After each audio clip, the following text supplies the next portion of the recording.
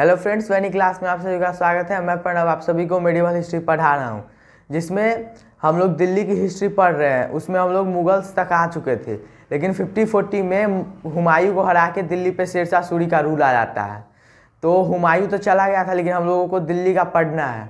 तो उस समय दिल्ली पे शेरशाह सूरी का रूल हो गया था। इसके कारण हम लोगों को शेरशाह सूरी का भी बैकग्राउंड पढ़ना है। तो आज हम लोग शेरशाह सूरी के बारे में पढ़ेंगे। तो शेरशाह सूरी का रूल दिल्ली पर या फिर दिल्ली पर रूल उसका 1540 से 1545 तक था। तो इस बीच में इसने काफ़ी काम किए। तो हेलो फ्रेंड्स, वैनी क्लास में आप सभी का स्वागत है। मैं प्रणव आप सभी को मेडिवल हिस्ट्री पढ़ा रहा हूँ, जिसमें हम लोग दिल्ली की हिस्ट्री पढ़ रहे हैं। तो उसमें हमने दिल्ली सल्तनत ख़त्म कर लिया था और मुगल्स पढ़ रहे हैं, जिसमें हमने हुमायूं तक पढ़ लिया था। लेकिन हुमायूं जब हम लोग पढ़ रहे थे तब हमने पढ़ा था कि शेरशाह सूरी ने 1540 में हुमायूं को दिल्ली से भगा दिया था। अगर आपने वो वीडियो नहीं देखा है तो डिस्क्रिप्शन में लिंक है, आप जाके देख सकते हैं। तो कुछ समय के लिए सही, मगर शेरशाह सूरी ने दिल्ली पे रूल किया। तो हम लोगों को शेरशाह सूरी के बारे में पढ़ना है। उससे पहले शेरशाह सूरी का बैकग्राउंड पढ़ते हैं। तो शेरशाह सूरी, इसने दिल्ली पे रूल 1540 से 1545 तक किया। शेरशाह सूरी जिस डायनेस्टी से बिलोंग करता था, उस डायनेस्टी में शेरशाह सूरी के बाद इस्लाम शाह है, फिर उसके बाद फिरोज शाह सूरी, और उसके बाद मोहम्मद शाह। इसके बाद इसका सूरी एम्पायर ख़त्म हो चुका था। जैसा कि हमने पढ़ा था, सरहिंद के लड़ाई में मोहम्मद शाह हार गया था। और अब हम लोग शेरशाह सूरी को पढ़ते। शेरशाह सूरी का बचपन का नाम फारिद खान था। बहर अली नुमानी, जिसने शेरशाह को फरीद खान इसका नाम था, और शेरशाह इसने इसका नाम का टाइटल दिया था। तो इसके पीछे का रीज़न था कि फरीद खान ने एक शेर को मार दिया था, जिसके कारण इसने इसको टाइटल दे दिया शेरशाह का। उस समय के राजा के अपने अपने शौक हुआ करते थे कि वह जंगल में शिकार करने जाते थे और वहाँ से शेर को मार देते थे। कुछ खतरनाक जानवर को मार के बताया करते थे अपने प्रजा को कि हमारे राजा ने इसको मारा। बहर अली नुमानी शेरशाह के पिता के दोस्त थे। वो दोनों, बहर अली नुमानी और शेरशाह, दोनों जंगल में घूमने जा रहे थे।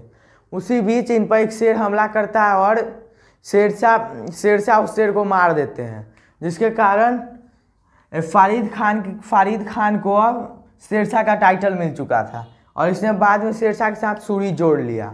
और शेरशाह सूरी के पिता का नाम हसन अली था, जो कि जागीरदार ऑफ बिहार थे। तो जैसा कि हमने लोधी में पढ़ा था कि वो अफगान्स थे। तो उन्होंने अपने एम्पायर को बांट रखा था अलग अलग पार्ट में। एडमिनिस्ट्रेशन चलाने के लिए उनको काफ़ी लोगों की ज़रूरत थी, क्योंकि उनका एम्पायर बिहार में भी फैला हुआ था, जिसके कारण वो दिल्ली से बिहार तक तो खुद रूल कर नहीं सकते। इसके कारण उन्होंने अपने अफगान्स या फिर जो इंडियंस हुआ करते थे उनको नोबल्स के रूप में सारे जगह पे भेज के रखते थे। तो बाबर ने तो इब्राहिम लोदी को मार के दिल्ली से अफगान्स का रूल ख़त्म कर दिया था, लेकिन बिहार में अभी अफगान्स बाकी थे और यह अभी भी जागीरदार थे बिहार के। तो उसके बाद शेरशाह सूरी ने ये अपने डायनेस्टी शुरू किया, जिस डायनेस्टी का नाम था सूरी डायनेस्टी। और इस सब के बारे में हमें एक बुक से पता चलता है, जिस बुक का नाम है तोहफे अकबरी। इस बुक के राइटर अब्बास खान से खैनी है। तो हमने तो देख लिया शेरशाह सूरी का बैकग्राउंड। अब हम लोग देखें 1540 के बाद इन्होंने क्या क्या किए। हुमायूं को दिल्ली से भगाने के बाद शेरशाह सूरी ने कौन कौन से लड़ाइयाँ लड़ी वो देखते हैं हम लोग। तो 1538-1539 तक शेरशाह सूरी काफ़ी पावरफुल हो चुका था। और 1538-39 में पावरफुल होने के साथ साथ इसने बैटल ऑफ चौसा में लड़ा। बैटल ऑफ चौसा हमने जैसा ही पढ़ा था हुमायूं में, कि हुमायूं बंगाल कैंपेन के बाद वापस आ रहा था। तभी रास्ते में शेरशाह सूरी ने उसे चौसा नाम की जगह पे घेर लिया और उसको रोक के रखा। हुमायूं को पता नहीं था कि वह एक फ्लड एरिया है, वहाँ पे फ्लड आ गया, जिसके कारण हुमायूं को गंगा में कूदना पड़ा, और वो हुमायूं का कहानी अलग था। तो बैटल ऑफ चौसा ये जीत गया। उसके बाद 1540 में फिर से इसने बैटल ऑफ बिलग्राम लड़ा, जो कि हुमायूं के साथ था। बिलग्राम बैटल ऑफ बिलग्राम या बैटल ऑफ कन्नौज भी इसे कहा जाता है।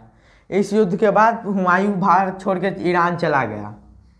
तो उसके बाद हुमायूं चला गया। फिर 1541 इस समय काफ़ी पावरफुल शेरशाह सूरी हो चुका था और इसने fight with Ghaggar tribe.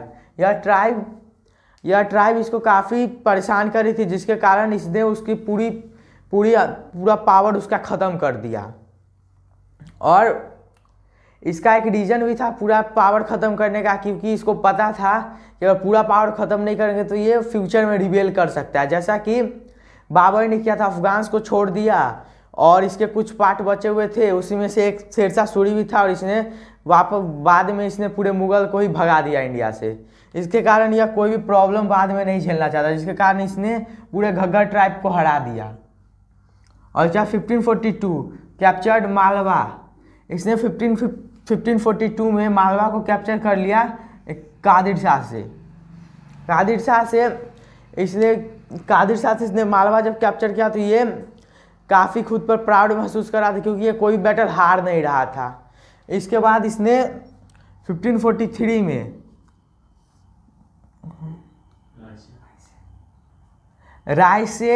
Raisen को जीत लिया पूरनमल से। रायसेन के जो राजा थे पूरनमल से इसने 1543 में रायसेन जीत लिया और 1544 में मेवाड़ को महादेव से जीत लिया। तो मेवाड़ पहाड़ी क्षेत्र है, उधर के लोग पहाड़ पे लड़ना जानते हैं। जैसा कि हुमायूं दिल्ली में रहता था, उसको पता नहीं था फ्लड उतना क्या होता है, कैसे पहचाने। यह बिहार में रहता, जिसके कारण इसको पता था कि इस एरिया में फ्लड आने वाला है, जिसके कारण इसको तो आता था प्लेन्स में लड़ने का। और मेवाड़ काफ़ी हाइट पे है, वो पहाड़ी इलाका है, तो उधर जब ये लड़ने का तो इसको काफ़ी प्रॉब्लम हुई जीतने में, लेकिन जीत गया। उस लड़ाई के बाद इसने कहा कि एक मुट्ठी बाजरे के चक्कर में इसने पूरे हिंदुस्तान को खो दिया। मतलब इसके कहने का मतलब था इसने जितना मेहनत उसको पाने में किया, उतना मेहनत अगर हिंदुस्तान पे करता तो शायद हिंदुस्तान पूरा जीत सकता था। उसके बाद 1545 में इसने एक डांसर के चक्कर में कालिंजर के राजा से लड़ाई कर लिया। वह उस डांसर को जीतना चाहता था, इसके कारण वह जो कालिंजर के राजा थे किरीत सिंह, इससे लड़ने लगे। और जिस लड़ाई में यह इसका एक तोप का गोला था, जो कि इसके तोप से एक गोला निकला और एक दीवार से टकरा के इसके जो बारूद का ढेर जहाँ पे था वहाँ पे आके वो गोला लग गया, जिसके बगल में शेरशाह सूरी खड़ा था या फिर लड़ रहा था, और उसमें यह मारा गया उस धमाके के कारण।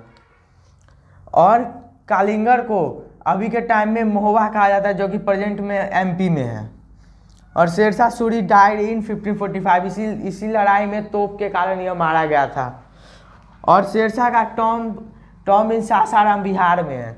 इसका टॉम सासाराम बिहार में है और इसके टॉम को एक तालाब के बीच में बनाया गया। तालाब अभी काफ़ी गंदा हो चुका है। तो शेरशाह सूरी के जो सक्सेसर थे वो उतने कैपेबल नहीं थे कि अपने एम्पायर को बचा सके, जिसके कारण इसका एम्पायर ख़त्म हो जाता है और हुमायूं वापस आ जाता है। इंडिया में फिर से मुग़ल रूल स्टार्ट हो जाता है। तो अगर आपको इस वीडियो में कोई डाउट है तो कमेंट सेक्शन में आप पूछ सकते हैं। अब अगले क्लास से हम लोग अकबर के बारे में पढ़ेंगे। Thank you.